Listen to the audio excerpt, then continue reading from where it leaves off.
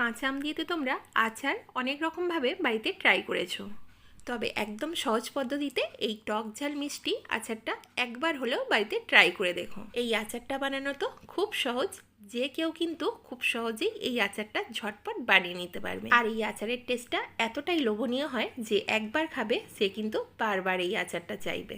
আর এই আচারটা স্টোর করে রাখতে পারবে প্রায় 1 বছর ধরে। নমস্কার বন্ধুরা, welcome back to my channel.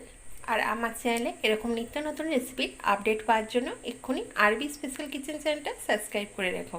আর পাশে থাকা বেল আইকনটা ক্লিক করে অল অপশানটাকে অ্যাক্টিভ করে দিও, তাহলেই আমার চ্যানেলে শেয়ার করা এরকম নিত্য নতুন রেসিপির আপডেট সবার আগে তোমরা পেয়ে যাবে। আজকের রেসিপি দারুণ লোভনীয় কাঁচা আমের টক ঝাল মিষ্টি আচার। আর এই আচারটা খুব সহজ পদ্ধতিতে আজকে আমি তোমাদেরকে বানিয়ে দেখাবো, যাতে তোমরাও বাড়িতে খুব সহজভাবে এই আচারটা ঝাল মিষ্টি বানিয়ে নিতে পারো। আমার সকল বন্ধুদের কাছে রিকোয়েস্ট রইল ভিডিওটা স্কিপ না করে পুরো ভিডিওটা দেখো। আশা করি আজকের এই রেসিপিটা তোমাদের দারুণ লাগবে। তো এই আচারটা বানানোর জন্য আমি সবার প্রথমে এখানে 4খানা কাঁচা আম নিয়ে নিয়েছি। এখন আমি এই আমগুলোর খুব ভালো করে খোলা ছাড়িয়ে নেব। আমের খোসাটা কিন্তু খুব ভালো করে এইভাবে ছাড়িয়ে নিতে হবে, যাতে আমের গায়ে কোনো রকম খোসা লেগে না থাকে, তাহলে কিন্তু আচারগুলো খেতে ভালো লাগবে না। তো দেখতেই পাচ্ছ বন্ধুরা, আমি আমগুলোকে খুব ভালো করে খোসা ছাড়িয়ে নিয়েছি। এখন একটা এরকম গ্রেটার নিয়ে নিয়েছি, আর গ্রেটারের বড় ছিদ্র দিয়ে আমি আমগুলোকে খুব ভালো করে গ্রেট করে নিচ্ছি।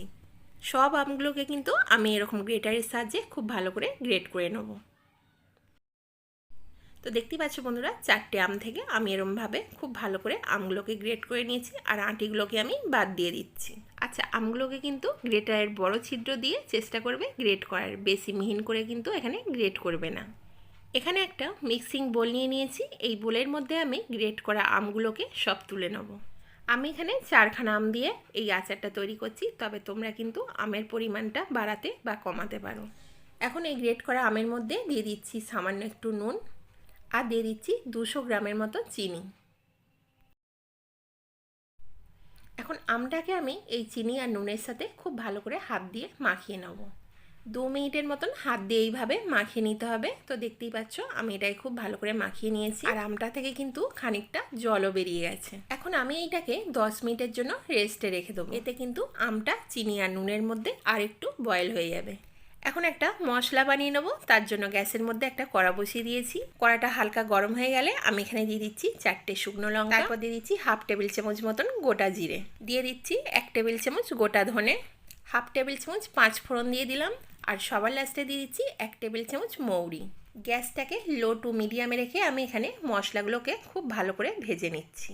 মশলাটা কিন্তু হাই ফ্লেমে ভাজা যাবে না, তাহলে কিন্তু মশলাটা পুড়ে যাওয়ার ভয় থাকবে, আর আচারটা কিন্তু তিতো লাগবে খেতে। তো দেখতেই পাচ্ছ আমি লো টু মিডিয়ামে মশলাটাকে ভেজে নিলাম। মশলাটা আমি ঠান্ডা করে নিয়েছি আর একটা বাটির মধ্যে তুলে নিয়েছি। এবার এইটাকে আমি খুব মিহিন করে গুঁড়ো করে নিলাম। মশলাটা কিন্তু খুব মিহিন করে গুঁড়ো করে নিতে হবে। অন্যদিকে 10 মিনিট পর আমি আমটা বার করে নিচ্ছি। তো দেখতেই পাচ্ছ আমটা থেকে কিন্তু অনেকটা জল বেরিয়ে গেছে। এখন আমি গুঁড়ো করে রাখা মশলাটা সবটা দিয়ে দিলাম। এখন হাত দিয়ে খুব ভালো করে আমি মশলাটা আমের সাথে মিশিয়ে নিচ্ছি। তো দেখতেই পাচ্ছ আমি খুব ভালো করে হাত দিয়ে এইভাবে মশলাটা আমের সাথে মিশিয়ে নিলাম। এখন গ্যাসের মধ্যে একটা কড়া বসিয়ে দিয়েছি। কড়াটা আমি হালকা গরম করে নিয়েছি, আর গ্যাসটাকে লো ফ্লেমে রেখে মেখে রাখা আমটা পুরোটা আমি কড়ার মধ্যে ঢেলে দিলাম। এখন একটা স্প্যাচুলারের সাহায্যে আমটাকে খুব ভালো করে এইভাবে নাড়াচাড়া করে নিতে হবে। আমটা যখন খুব ভালো করে এইভাবে ফুটে যাবে, তখন কিন্তু আবারও একটা স্প্যাচুলার সাহায্যে এইভাবে নাড়াচাড়া করে নিতে হবে। আমার সকল বন্ধুদের কাছে রিকোয়েস্ট রইল একবার হলো এরকম আমের আচার তৈরি করে দেয়। এই আচারটা তৈরি করতে কিন্তু কোনো রকম তেলের প্রয়োজন পড়ে না।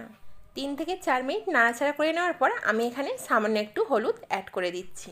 এতে কিন্তু আচারের কালারটা আরও সুন্দর আসে। তো এখন আমি এইটাকে 2 থেকে 3 মিনিট আরও নাড়াচাড়া করে নিচ্ছি। এখন কিন্তু আচারটা আমার প্রায় রেডি হয়ে গেছে। এখন আমি গ্যাসটাকে অফ করে দিচ্ছি, আর একটা বোলের মধ্যে আমি এই আচারটা সার্ভ করে নিচ্ছি। তো দেখতেই পেলে বন্ধুরা কতটা সহজ পদ্ধতিতে আমি এরকম টক ঝাল মিষ্টি আচারটা ঝটপট বানিয়ে ফেললাম। আচারটা যেহেতু গরম আছে তাই জন্য আমি একটা বোলের মধ্যে সার্ভ করে নিচ্ছি, তবে ঠান্ডা হয়ে যাওয়ার পর তোমরা কিন্তু এইটা কাঁচের জারে স্টোর করে রেখে দিতে পারো। তোমরা কিন্তু এই আচারটা 1 থেকে 1.5 বছর অবধি স্টোর করে রেখে দিতে পারো। তো দেখতেই পাচ্ছ বন্ধুরা আচারটা কতটা দারুণ দেখতে লাগছে। এই আচারটা দেখতে যতটা সুন্দর হয়, খেতেও কিন্তু দারুণ লোভনীয় হয়।